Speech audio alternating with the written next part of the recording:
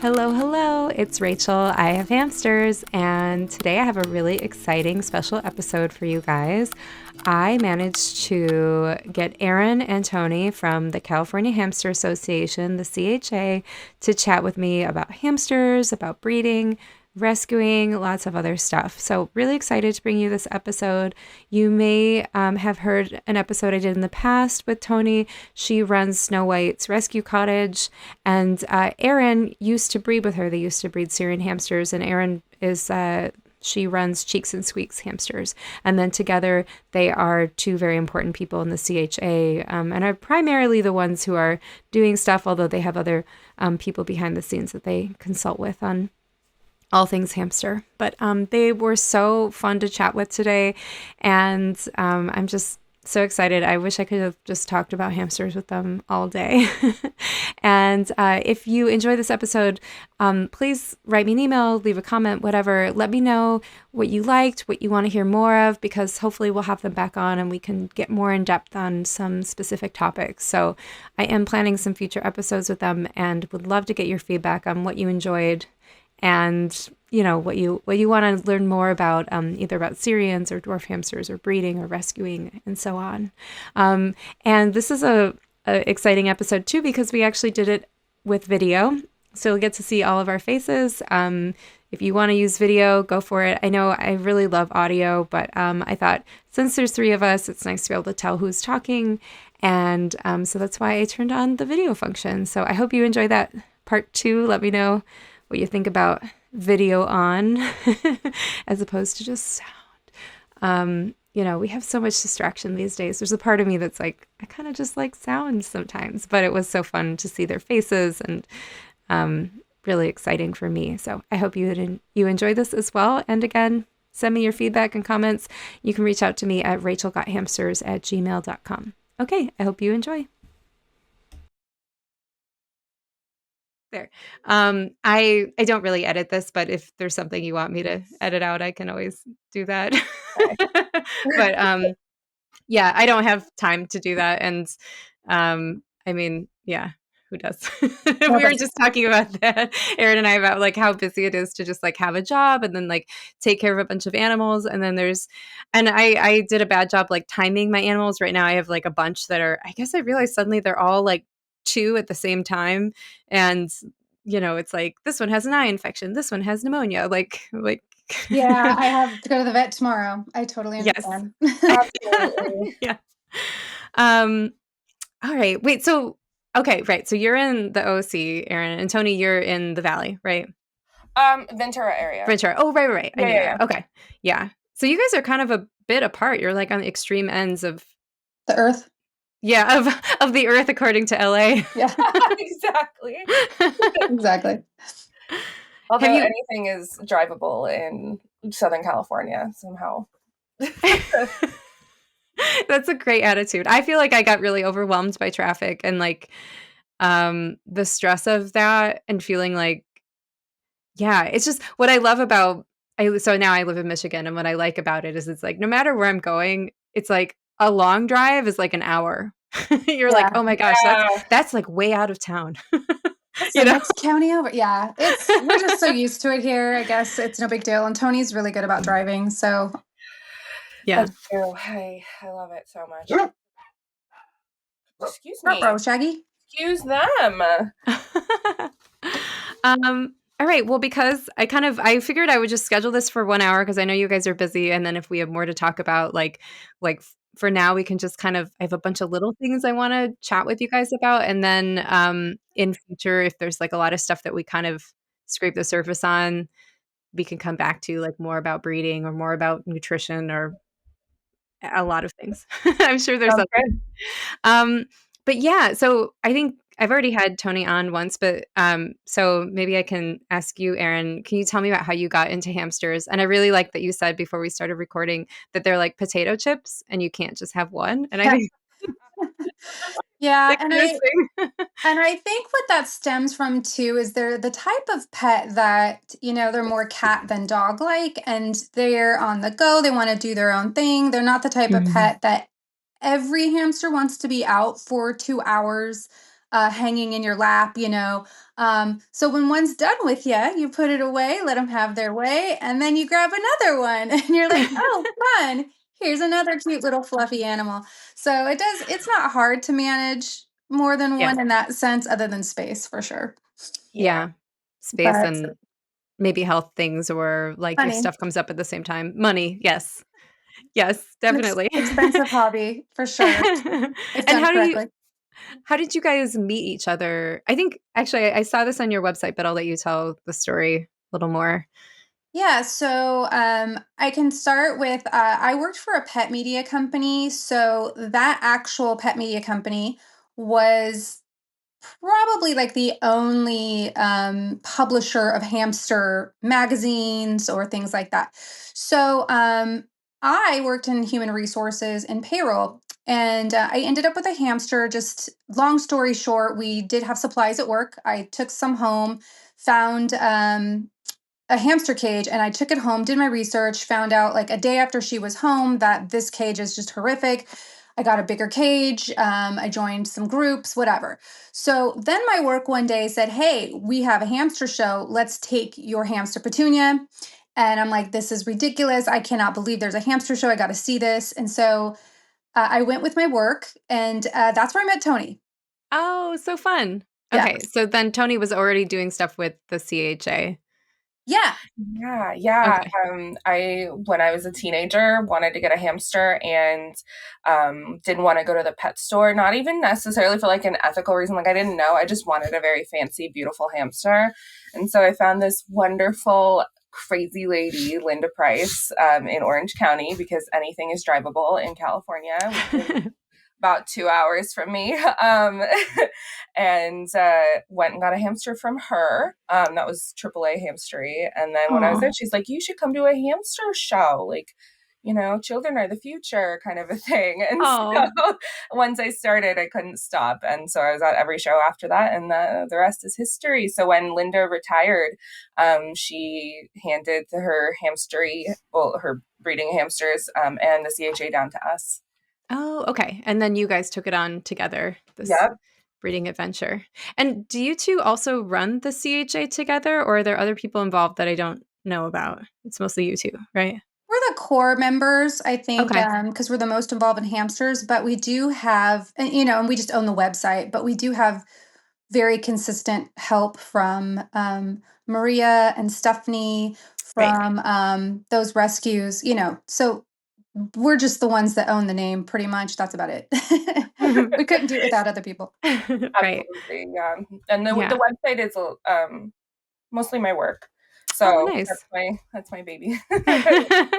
It's very nice. I mean, I think that was like probably one of the first places I found. And it's the only current association in the United States. Was there like a time in the before times where it seems like there were more breeders and like the shows were bigger? Is that okay? Absolutely.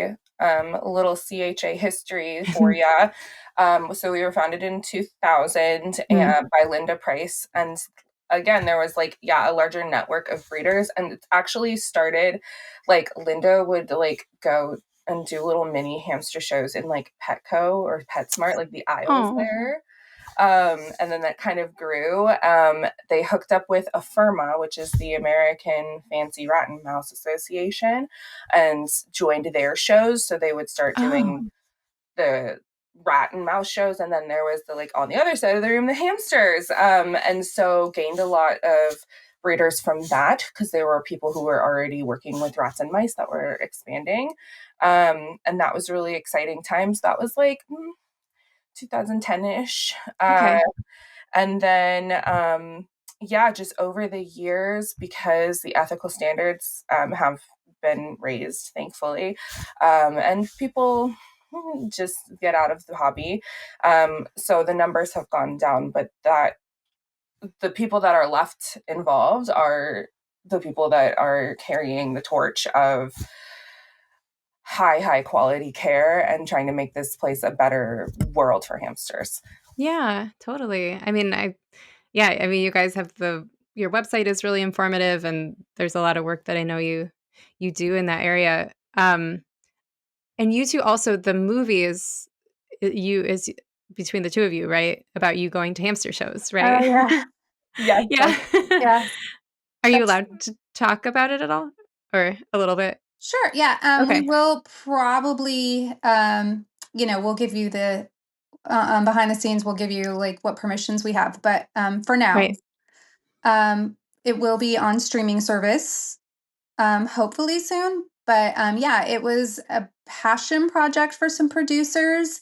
Mhm. And it's really funny, I have to say. The email went to Linda Price, and she was like, all these years I've been doing this, working so hard, and now they want to do a documentary when I'm retired. I was like, Is she Linda, Hey, don't Linda. worry. We got this. This is more our cup of tea. I hope she makes a cameo though. No, That she does sounds not. Oh.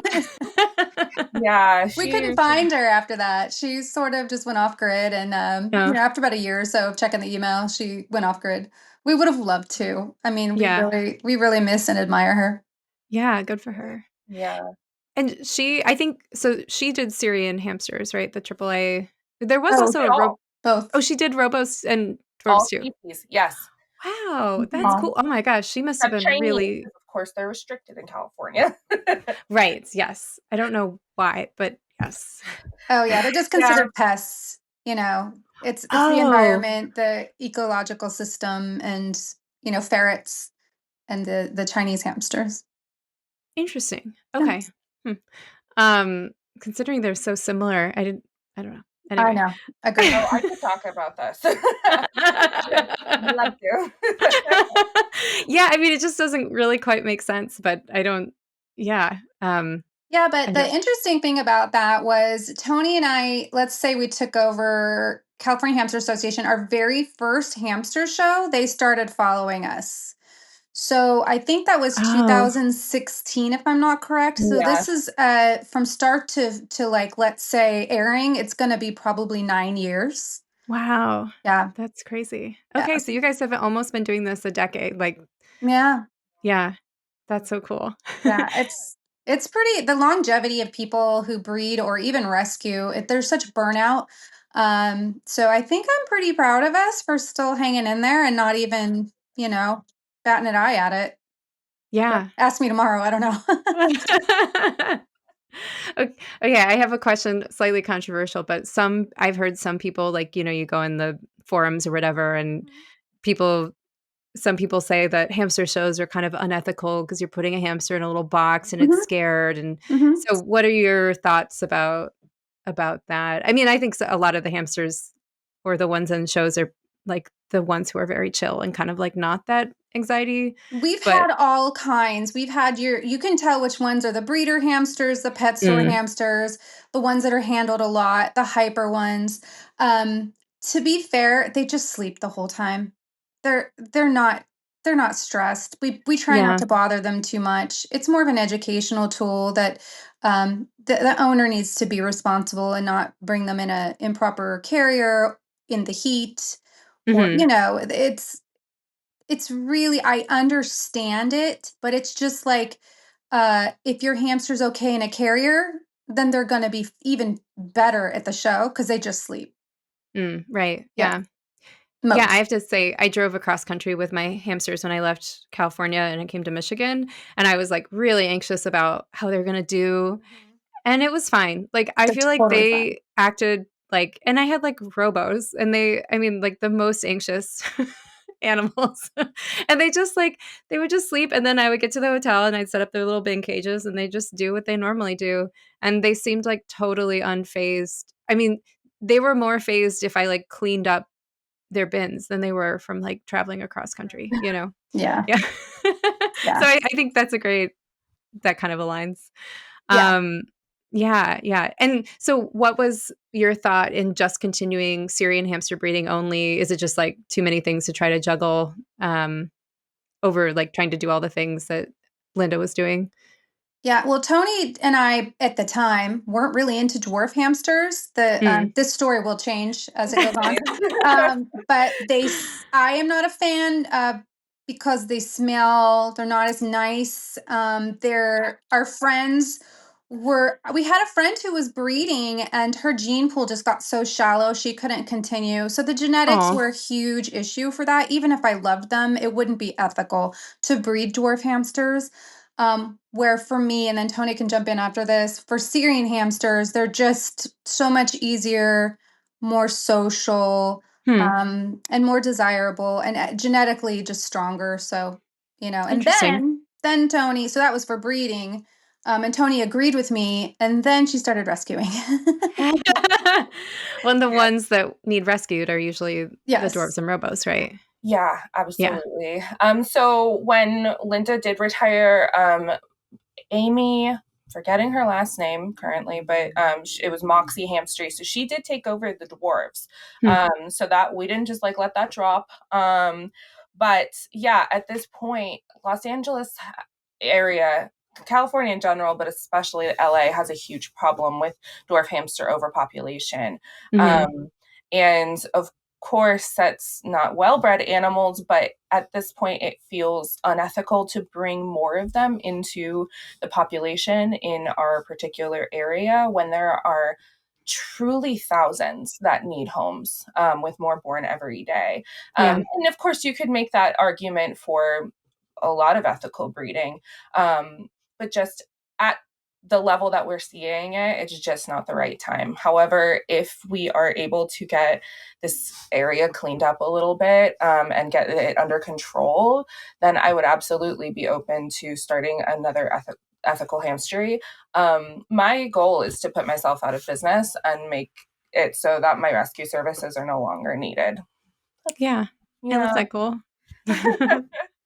That'd be awesome. Even with all the dwarf hamsters, you still felt that there just wasn't enough diversity in gene pools to continue breeding it. That's interesting. Yeah, well, it's believed that all dwarf hamsters, except for from very select hamsters across the nation, are hybridized. Sorry, and I should Right. clarify: Roborovsky Right. does not count there. Campbell's and Winter White Sure. have been hybridized for the pet stores because when you do so, it makes beautiful, lovely little colors. However, Oh, okay. yeah, and so as health issues and behavior and neurological issues were popping up, they tried to get away from that, but it's impossible to know what percentage of their DNA still is part of whatever species. I see. So you could be unknowingly breeding a lot of issues by breeding hybrid hamsters. Okay. So to do so, you would have to import from known purebred colonies, which is really throughout Europe. And, Right. and that cycles back to the whole stress conversation. Right. How much do we want to put these animals through, Right. for the sake of genetics? And so there's a lot of questions that could be asked. Yeah, yeah, totally. And that makes sense then why like Happy Hamstery, she's importing hamsters from Europe. It's interesting hearing you talk about that because sometimes when you think about like dogs, I feel like purebred dogs are often less healthy than hybrid dogs or like, whatever dog you get from a But shelter. I They'll live will like, clarify, just because yeah. I'm a snob about dogs, it's not a purebred dog that's unhealthy. It is Mm, a backyard breeder, puppy mill purebred that is the problem. So just wanted to okay. clarify that. That's a really good point. That's true. Yeah, but I guess it is different too because we're talking about animals that existed in nature that way as opposed to like creatures that we've created through selective breeding, right? Yeah. So Right. it's interesting though that combining those species seems to create a lot of health issues. I'm curious, I mean, I've only ever had rescue hamsters, so I don't know what it's like to have like a ethically bred, like healthy, hamster. But one thing I like wrote down, I was like, this is a thing that I do wonder about. Like, how do you breed for health if you have to breed them when they're young, right? So how do you know that they're going to be healthy? You How does don't. that work? Okay. You No don't. question. And that's a struggle with rodents. So they don't Hmm. live long enough, but it's also a plus because you can learn about their genetics quicker than you would a dog that's going to live 15 years. Right. And I feel also, and I'm sure Tony has her own opinion, that first of all, the rodents, they're not the sturdiest animal ever. Like they're prone to cancer or tumors Mm-hmm. or, whatever the dwarf hamster particular species. Things. Syrians, we start to see like female reproductive issues. So just because you know more doesn't mean it's happening more. It's just Mm-hmm. always been an issue. But we try to keep our lines clean and not breed like picture a rodent mill. They're just throwing everything together willy-nilly. At Okay. least we are in contact with adopters. We do uh less invasive necropsy for our animals when we can.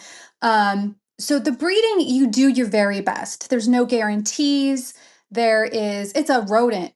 So, we're dealing with what we can, but we do see things patterns quicker than you would for a dog as Mm-hmm. long as everyone's communicating. Um, the dwarf hamsters breed so much quicker. So Tony can Right. add to that, but Syrians are young when you breed them. They live to 2 years. But if you've been doing this for 10 years, I can confidently say after 10 years, I'm not breeding anything crazy in there. I haven't seen any patterns to concern me. And if I did, I would stop breeding immediately, whatever I thought I could control. Right. Yeah. That is a big difference between ethical breeding, like Erin and our friends, and other breeders. I don't think they would necessarily term themselves backyard breeders, but Mm-hmm. it is when you see an anomaly pop up, what do you do with it? And so in our corner, it's believed we are trying to breed healthy animals that are close to their wild counterparts and then expanding on those ideals. In other breeders' homes or programs, anomalies are seen as a curiosity. And what can I do with this? And what will this produce? We saw this with the Chushy gene a couple of years ago, which produces this like patchy, it's like a werewolfy kind of look. Huh. Um, yeah. And so that's something that we would never think to continue and breed. We would think of that as like a genetic anomaly, probably something that's not going to be great long term. But they Okay. market it, they market it as something fabulous or something that they sell for $30. Like, what's the point?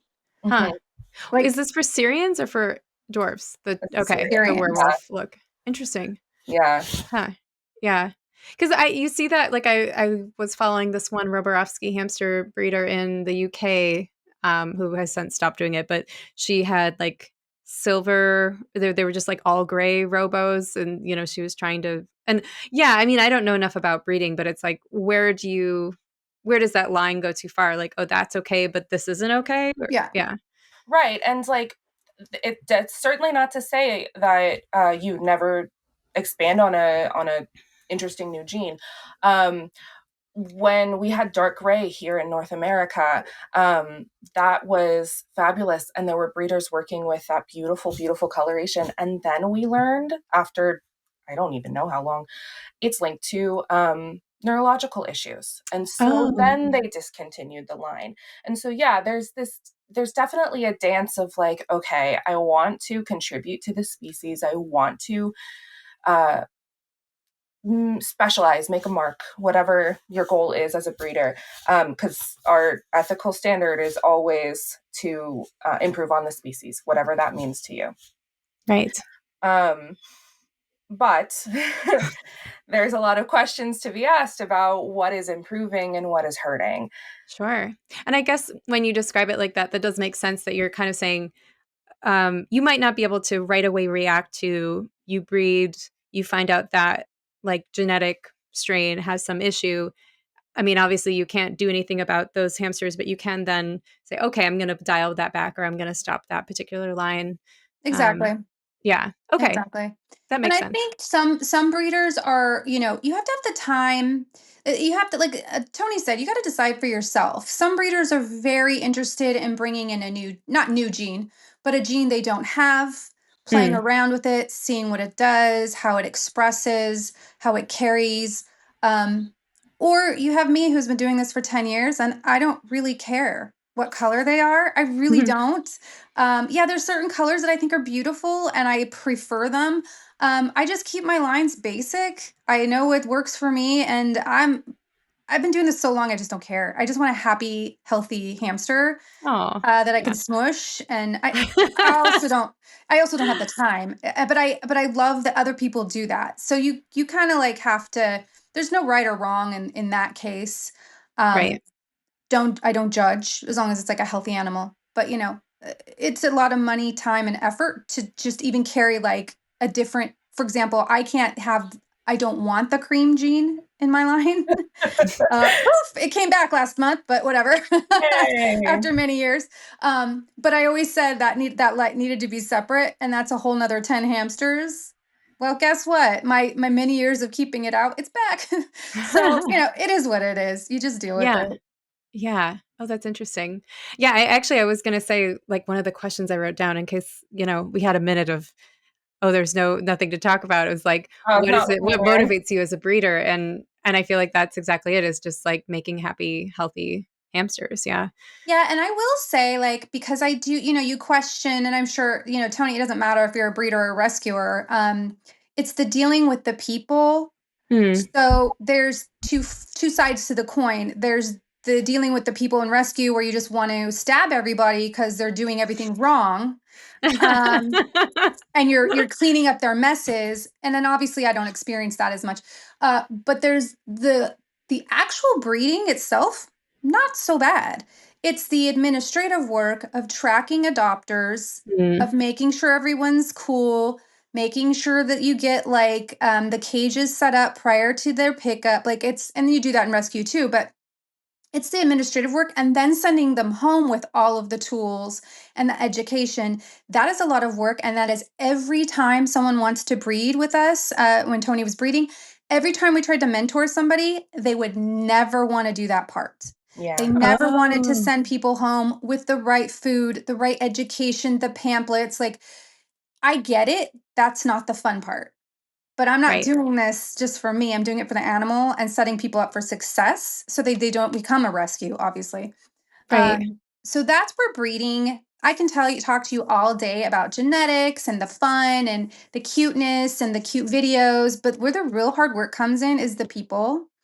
And not Yeah. everyone's cut out for that. And I think Tony and I just kind of got lucky where we can handle both without losing our minds so far. But rescue, I'm sure, is just way harder.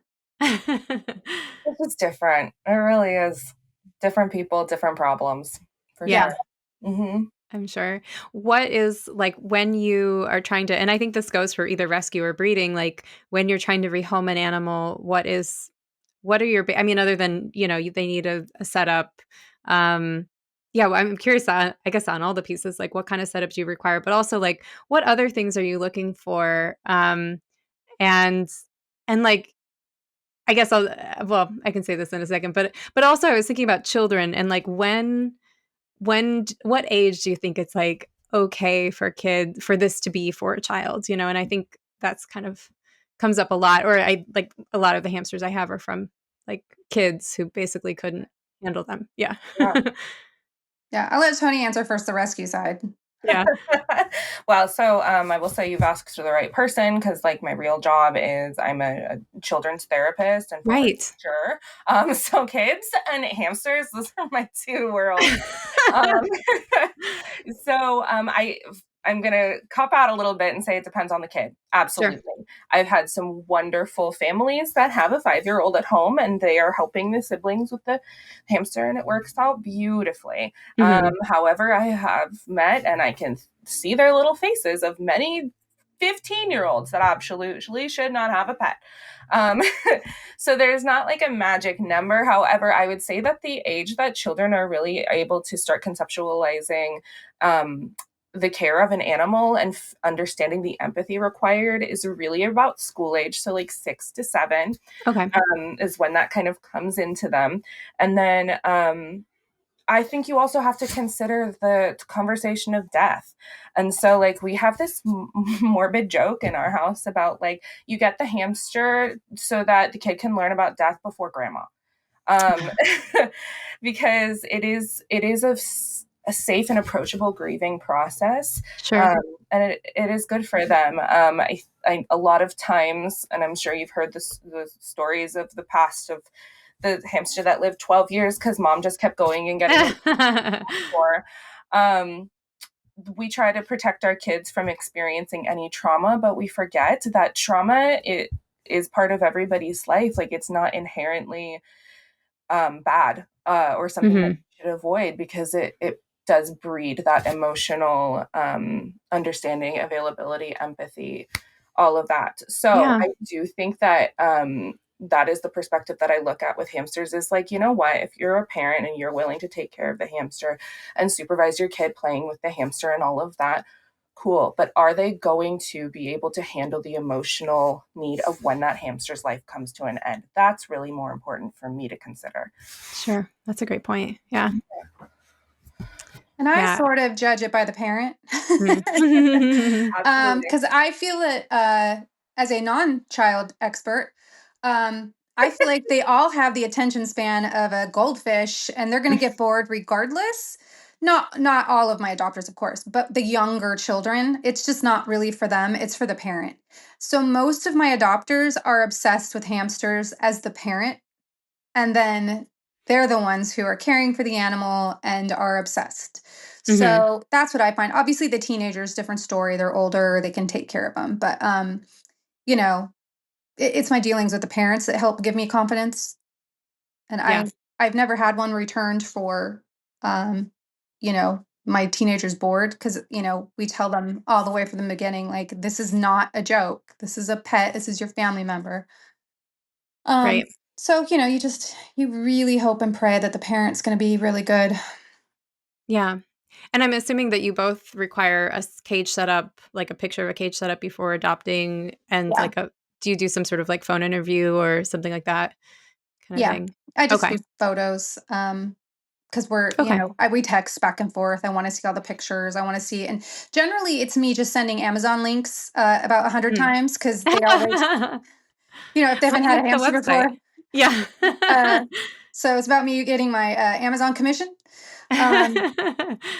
But yeah, it's a lot of hand holding with the cage for about 50% of them, and then the other 50% are already experienced. Okay, so a lot of them are like, "Why do I need this giant cage? This is silly."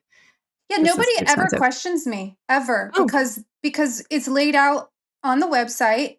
The kid's usually done their research, the parent knows, and I don't make any exceptions. I have no shame in the cage I want you to buy is $200. You know? So unfortunately, that's where I'm at. My wait list is a year. So you've had a year to think about it. And if you don't want to, no problem. We're good. So I just over the years, I have no patience for the small cage issue, and nobody pushes me on it. So we're good. That's great. Yeah, I was going to ask. To Erin, I mean, they've done some amount of research. Yeah, I was going to ask how many times you have to like reject people, but it sounds like you don't even get to that point because they just self-select. It'd be on one hand. And, and that comes down to, I'm going to say, like, I want to brag about Tony and I a little bit, because we helped get that information out there that everybody talks about. So obviously with our group of friends, our breeder friends, but we're the ones, this group of main people who set the standards. And then we got lucky enough to where people followed those standards and then repeated those. And it's funny when I was saying the other day, when someone on TikTok, I love TikTok comments, when they start yelling at me and literally yelling at me, telling me my rules because I'm keeping, and I'm like, can you read? But that's a different generation of very young social media children. But they're literally telling me all the things that Tony and I came up with, and of course our friends, but they don't bother to look at, so they took all that trouble to yell at me, but they didn't bother to see who I was. So it's quite funny. And I enjoy it. I find it hilarious. But yeah, I make the rules. Yeah. Yeah, but just to show you, you see one snippet, one tiny video, and Yeah, everyone, comes barking at you. it's But true. yeah, Tony and I made no apologies. When one day I was sitting on Linda's lawn and she was handing me all of her CHA stuff because I lived down the street from her. And I said, I'm going to do this and I'm going to require, I think at the time it was, I don't know what the size cages we started with. She's like, you're going to have a hard time getting people to do that. And I'm like, watch me. Like, so That's we got amazing. this. So yeah, I mean, we've come so far and I'm really Mhm. proud of what we've done, no matter how far if we leave this hobby, we've made our mark and I'm proud of that. Totally. Yeah. Yeah, actually, I did kind of forget that you guys are the ones who have set the when everyone says it's like the American standard, like that's pretty Yeah. much you two. Yeah, it's us and our group of breeder friends. We did Right. work with a lot of people, so I want to give them just as much credit. We just happen to have the platform. Sure. Um, Yeah. but And I yeah, know you guys went up, it was maybe 450 square inches and then it went up to 600 yes, a that's what couple it years was. ago. Okay. Yeah. Yeah. So Yeah. So, fun fact, those numbers aren't just like pulled out of nowhere. Yeah.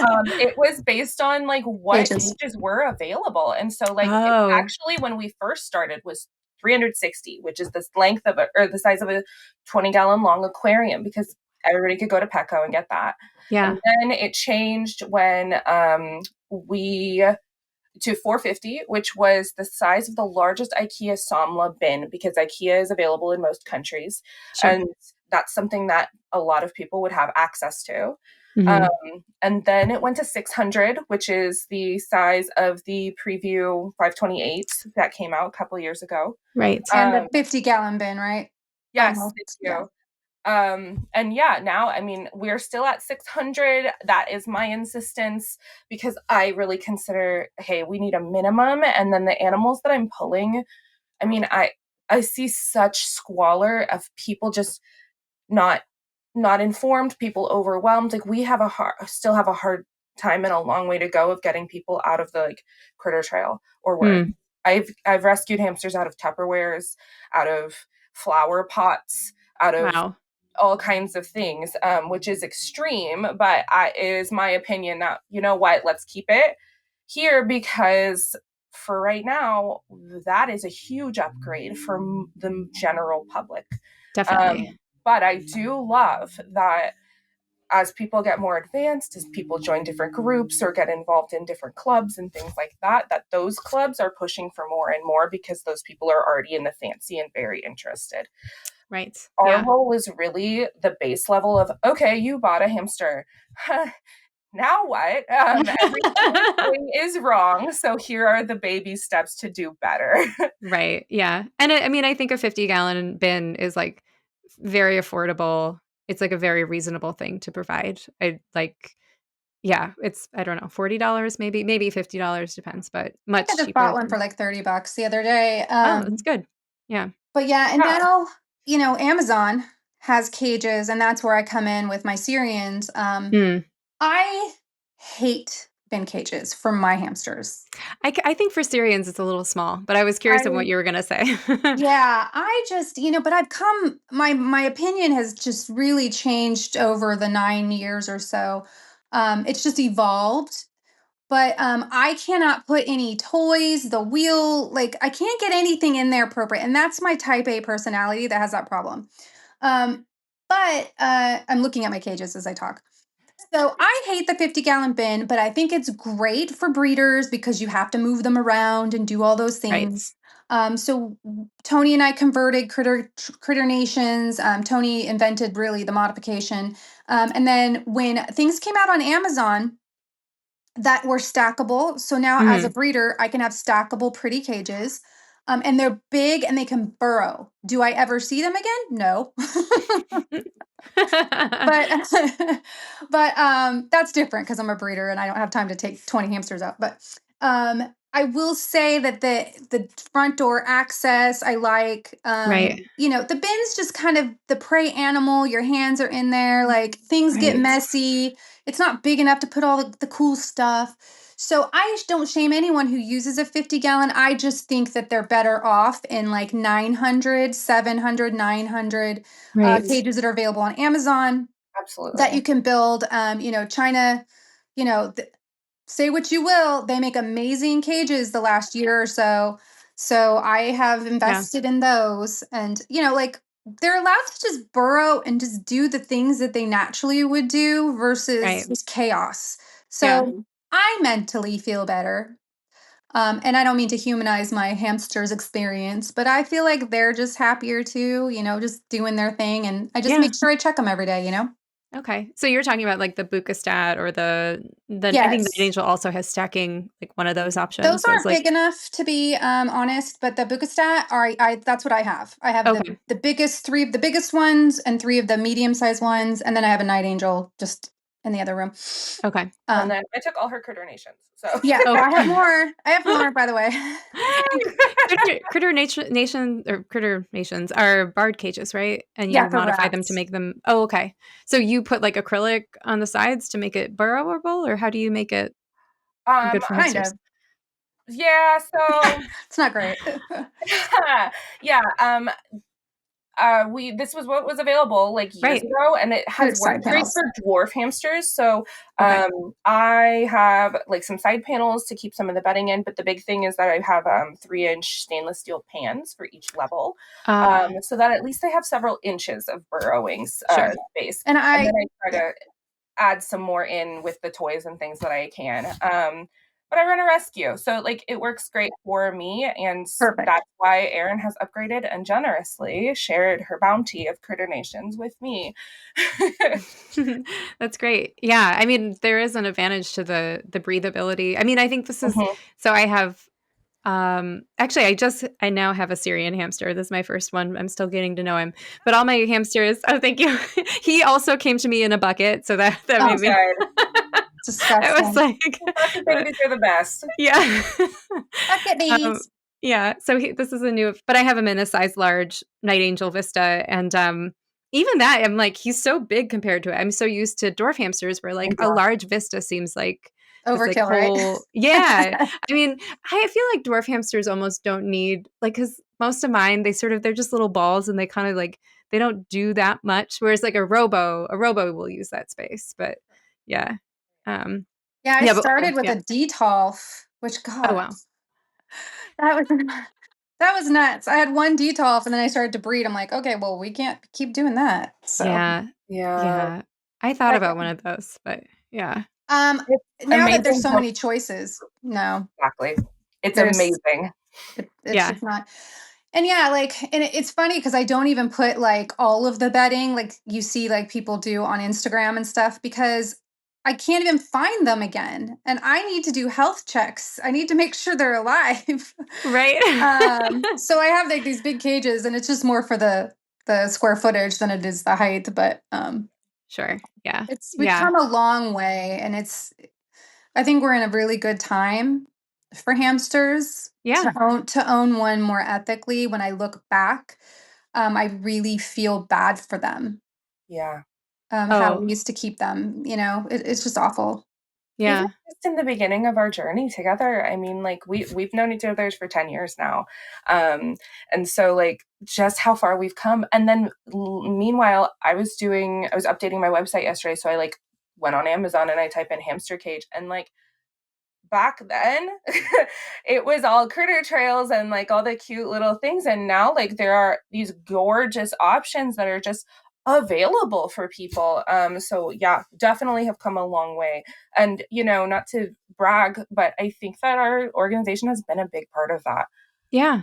And No, I mean, we've gone to pet what do you call them? The people that make the cages, the pet manufacturers. yeah. We've worked with Katie, um, you And know, preview. and preview, like we've really tried, but the market, it's kind of like, in this weird politics world we're in right now.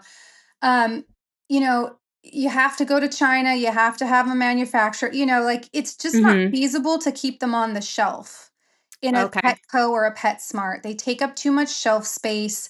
Right. They're breakable, so Yeah. I get it, but if other I was gonna say creators, if other pet companies you know, you have to really reconcile that because some of the pet companies, they will have one really awesome cage and then other really crappy products.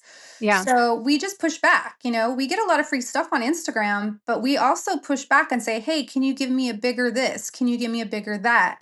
Right. People will love it. So they do try. Oh, that's nice. I So you mean, guys do work with like various different pet companies to try to push on those boundaries. I think maybe were you guys the ones who worked with KT to do the super critter trail? Okay. I mean, at the time it was something. It's, I tried. I really tried to love it. Yeah. But yeah, we used to do we used to do the pet expo before Oh, okay. before COVID. So we got to pick at people, like the brand people a little bit Yeah. more. So Yeah. in person. Those were I the mean, fun days. I guess my one argument would be like they do keep those like lizard cages in pet stores, and like how many of those do they sell every day? I mean, those are basically like hamster cages, except it's like the front opens fully. I mean, you could use it for a hamster, it just wouldn't be ideal because the bedding would. I mean, the pan is like Yeah, 2.5, 3 inches. and I think with those too, they're so heavy. Right. So it's hard for people to, I don't know. It's like getting a They're 75. doable. Yeah. And they're super Yeah. expensive. They're like $300. They are. But Yeah. now we have choices. But yeah, like back in the day, we would recommend reptile cages and things like that. So, Okay. or Yeah. tanks, but it was really hard for me to maneuver the tanks. It's rough. Yeah. Yeah. Everything's on wheels for Tony and I now. That's amazing. Backs and wheels. Yeah, I know once in a while I'll have a moment where I'm like, maybe I'll make hamster cages and because I feel like I have this dream for it. Like it's acrylic, it's on wheels. I mean, I feel like most of the stuff it's already out there, but Right, but right. then there's like little modifications I would make, Yeah. what I would want, or like I want legs attached to it or something because I like them up high. Yeah. Yeah, so And definitely, if you get ideas, you can message these companies like Bookastat or things like that. Like, yeah. they were really interested in feedback when I Okay. first got the cages because I spent a lot of money, Yeah. and they wanted the feedback. I didn't get any of them for free. I don't think. No, I didn't. But I was very honest. I was like trying to think, did I? No. Yeah. But I was very honest because I'm like, I paid a lot of money and I bought 6 of them. So like, you will send me Yeah. wheels for free. Type thing. Yeah. So like the wheels were, and some people had trouble putting them together. And I'm like, well, the feedback's always good. So Yeah. I would message them whether they care or not. I think they do. Okay. If Interesting. you want to go the manufacturing route, I would love to work with you. Oh, yeah. So whatever you choose. That'd be super fun. Yeah. I have a Yeah. couple tricks up my sleeve. Oh, I'm sure. I'm sure. She's I mean, you guys she's very creative. I can tell when you bought that, like whatever your new system, and then you like unbox. I was like, oh my gosh, like I don't think I have the ability to do what she's doing. Oh my God. Yeah, she's crafty is what we should call her. Very, very creative. Yeah, I mean, if it wasn't for her, a lot of the configurations that we had to do to make it possible. Like I had one hamster in a double critter nation. Like that's obnoxious. Tony's That's like, amazing. Yeah. okay, girl. She was like 10. Yeah. Yeah. Girl, we gotta fix that. So she helped. She helped. She helped with that. Man. Okay, so I know I don't want to keep you guys too long, and we can always come back to it, but maybe I'll have like a few more little questions, and then we can let you guys get back to your day. So okay, veterinary costs. I did want to ask both of you how you deal with vet costs. How do you fund it? Yeah, like I feel like that retirement. Could be okay. Yeah, it's true. That's all it is. It's money that I would have for vacations and retirement. Well, and it's tough. I'm curious on your thoughts on this. Like after having, I don't know how many I've had at this point, but it's been like 5-ish years of like consistently having like about 5 hamsters at any given time. And I feel like it's like with a dwarf hamster, it's like either they have it's like either they get antibiotics or it's Medicam. And then everything else, it's like whenever I've had surgery on a hamster, like I had one hamster that had this abscess that they kept removing. It wasn't really effective. It was tons of money that I spent on it. I feel like in retrospect, I mean, maybe it prolonged her life. Was it worth it? I don't know. You know what I mean? Like worth it as in like the pain that it caused her. And, Exactly. I like, so I do sometimes wonder, it's like, I sort of like straddle this line of like, yeah, like I really like the vets I have now because they're much more conservative and less like, oh, let's do surgery. They're more like, all right, let's be real. They might not survive the surgery. This is like your best, like for their comfort, for everybody involved, like it's best to do this. And I appreciate that. But I did not have that kind of experience before, I don't think. Yeah. Yeah, So, I think for me, over the years, and Tony too, we've just learned, well, and a lot of the vets will be like, they look to us, they're like, we know you know what to do as far as treatment. So you're right, there's not many options, but there are a lot of things, we don't know. And then things we learn over the years, like, female reproductive problems and things like that. Like with sure. Syrians, I don't really know about dwarfs, but you have to make a choice, and especially like when she's running a rescue and she's responsible for funds. But for me personally, I do make a choice based on surgery, their age, Okay. and previous experience. So Right. I have done surgeries that I regret wholeheartedly, financially and emotionally for the pet. Hmm. And then I took that experience and I've said, okay, this is the type of surgery that I would probably do. Like I would remove a tumor, or I don't know. That's really all you do, really. Hmm. Or a spay, Um, but anyways, the choice you make is based on your experience, I think. So same Hmm. for you, Rachel. And your relationship. I've had the same vets for 10 years. So I know what surgeries he does all the time. And, and like I have one I'm taking Monday. Hmm. I'm 90% sure I'll probably put her down on Monday, even though she's okay. Well, she's not okay. There's something wrong. Um, but she seems okay. Like because this is what I hear all the time. Tony's going to hear this too, but they're eating fine. They seem okay. Oh But yeah.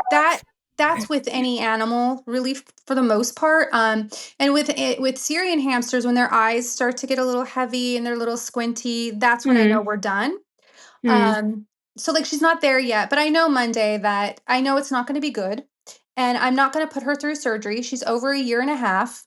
Um, depending on what it is, but I've done that surgery at a year and a half, and they've lived another 3 or 4 months, and they were Right. fine, like a surgery. So I'm really conflicted emotionally with what tomorrow is going to bring.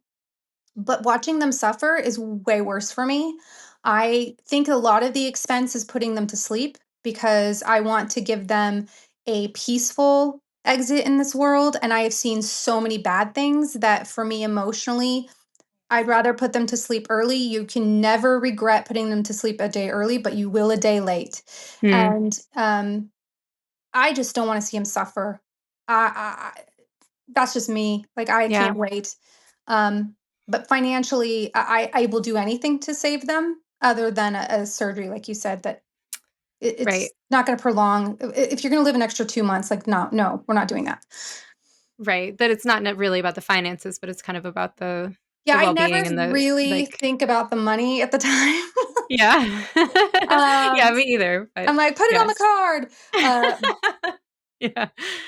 But yeah, I mean, you have to be realistic. So I'm sure Tony makes other decisions, with dwarf hamsters might be more complicated. I don't know. Yeah.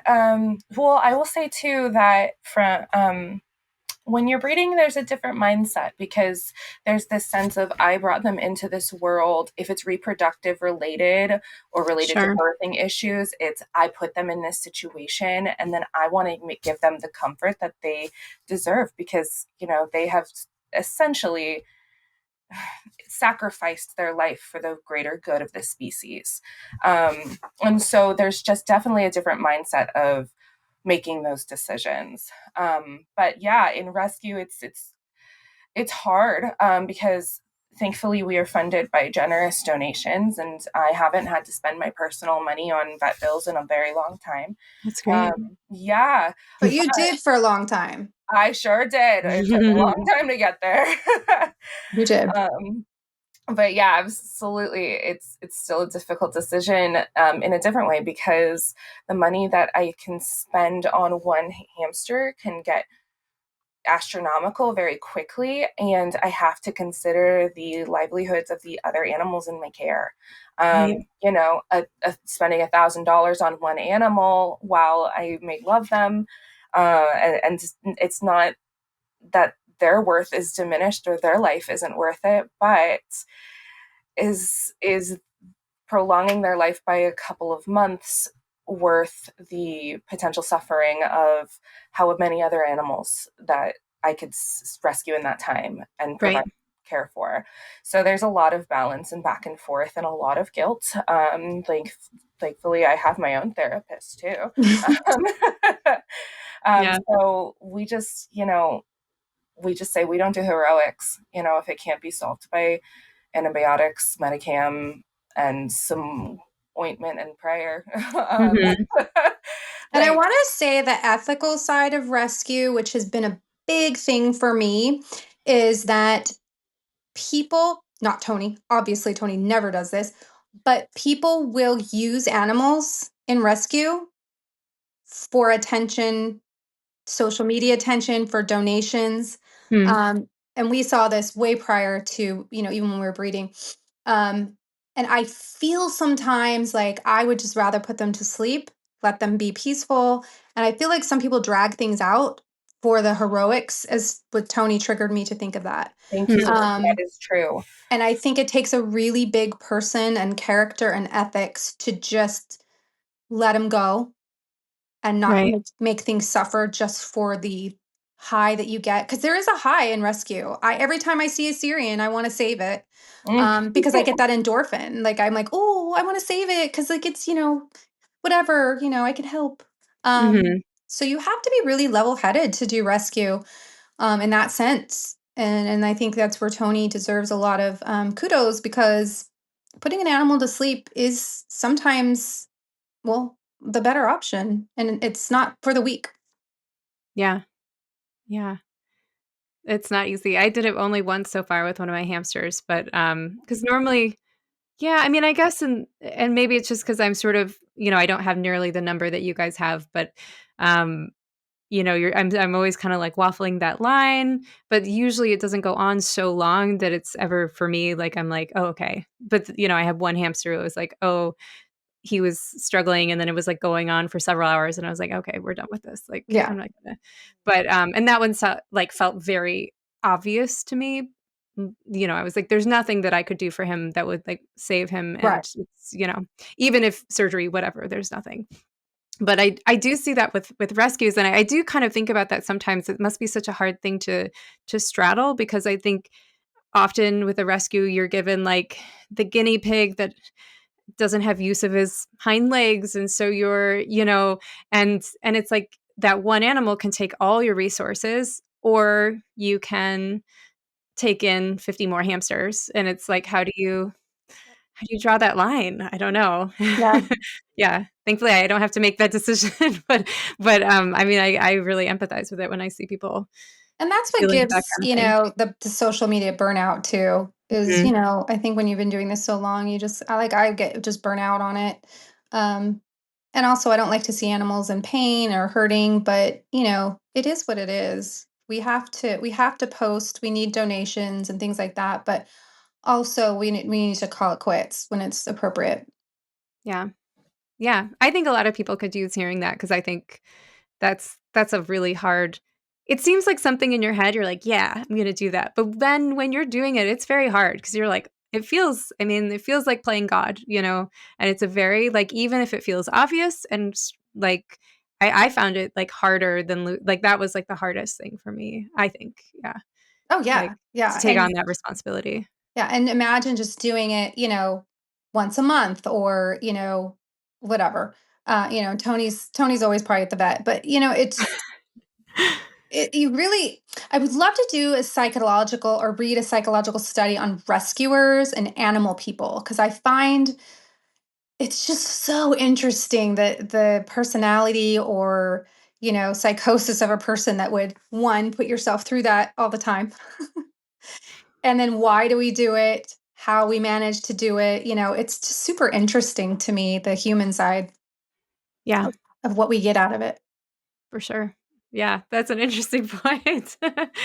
um, okay, and then not to change it too much, but I'm just curious. And maybe this one, I know I had asked Tony this in the past, so maybe for Erin, do you have any like any specific things you're hoping to see in the future out of the hamster world, um, or change, or you're just like, I'm here making happy, healthy hamsters, and that's really my sweet spot. And yeah. Yeah, I think there's a double-edged sword. I've always wanted better hamster care for the hamsters and better breeding. But if we eliminate, it's just so weird. If we didn't have shitty breeding, we wouldn't have. I mean, you don't. It's the yin and the yang. Mhm. So it's really hard for me to like nowadays say what I really my end goal is here. I don't think I can change the world where we're just no longer treating animals poorly, but the main concern is to keep people out of pet stores, purchasing them there. And you always want to promote healthy breeding, but I know that's just not a realistic thing for hamsters.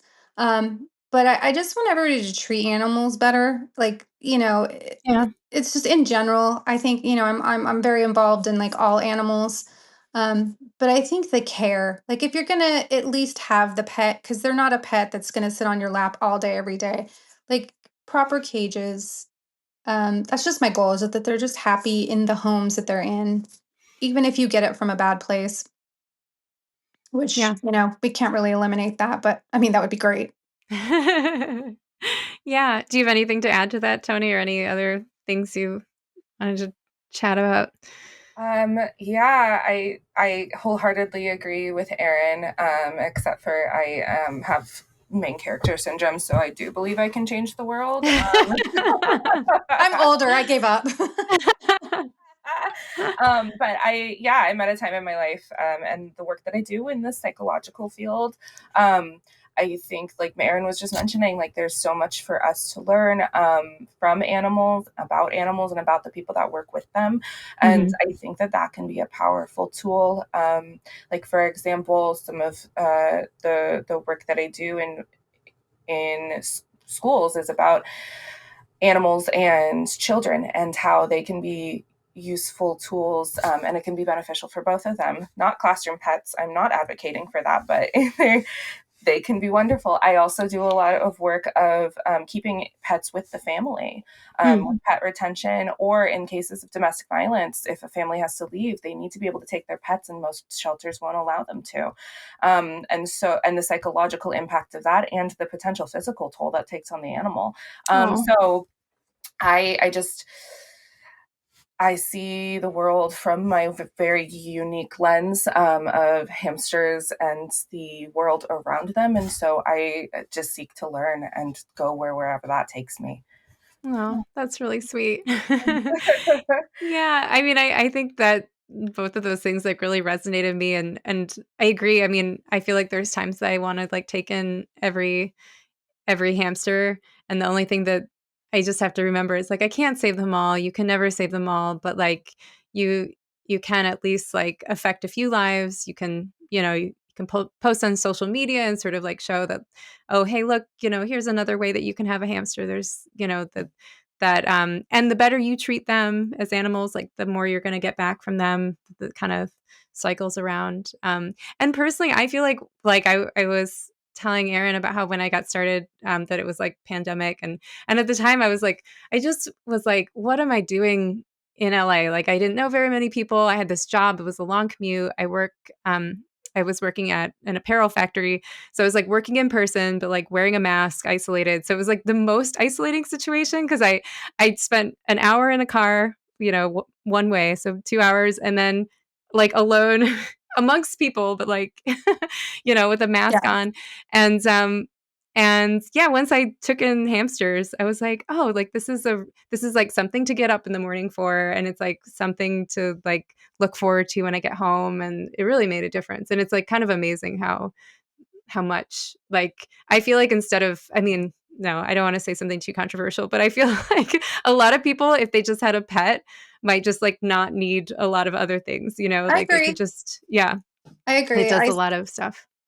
I agree. I think pets are an amazing emotional tool as long as obviously they're not abused or used. Sure. But I think my pets, my animals, my dogs have kept me from making maybe bad choices. Like if I was truly lonely, like just the Hmm. boyfriend thing, like you would choose a boy, you know what I mean? Like just it's dumb, superficial stuff like that. But like because I'm content and happy with my dog and my life, I think they give us confidence and the Yeah. love that we don't have to be validated by toxic situations. We can be validated by a puppy dog kiss, things Hmm. like that. It's very innocent and adorable, but I think pets really bring out the best in us. And if it doesn't, then you shouldn't have pet.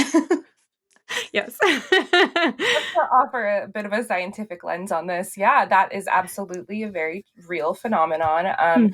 There's a movement among both medical professionals and psychological professionals about social prescribing. And so that's, you're coming in with high blood pressure, for example, right? And normally we would say, change the diet or here's a pill. But what is that coming from? Do you have a high stress job? What do you love to do that you aren't doing anymore? And maybe that person could benefit from a pet. Maybe it's, hey, like, have you considered getting a dog? Or, oh, you doesn't allow dogs. What about a hamster? Like, whatever it is, because that can connect not only with the animal, but also with other people. Because then, you have a dog, you go on walks, you go to the dog park, you meet people. Mm-hmm.